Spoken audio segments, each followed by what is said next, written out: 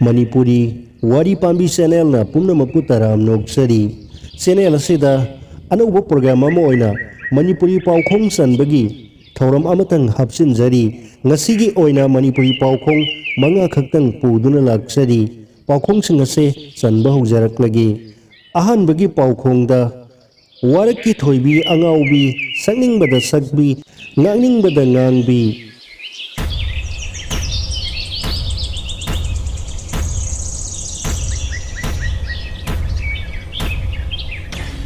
paukhong phongba bansi ani suba paukhongda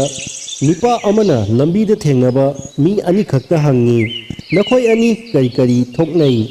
ani dugi manungdagi amana khummi magi makubokki masani ngolgi manembokki masanu pani kari marino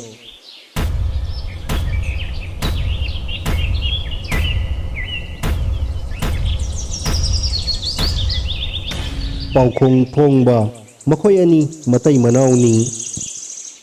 ahum suba paukhongda nahaki laijariba sel ado khudakta saruk ani uba pamlabadi nan kaidawgani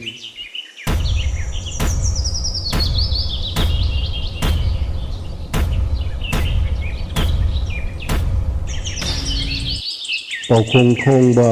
mungsel amagi mamangda paisado thamlabadi saruk ani khudakta uba phangani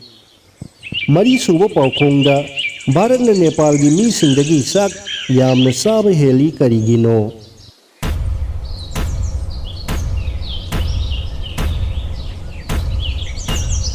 paukhong phongba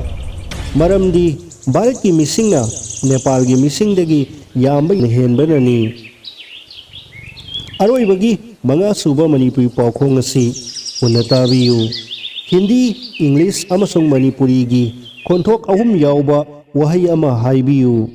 aroibagi paukhong ase mathangi Manipuri paukhong ani suba tangkakta phongjarake paukhong asigi asumba paukhom mado kamenta mayamna phongbirau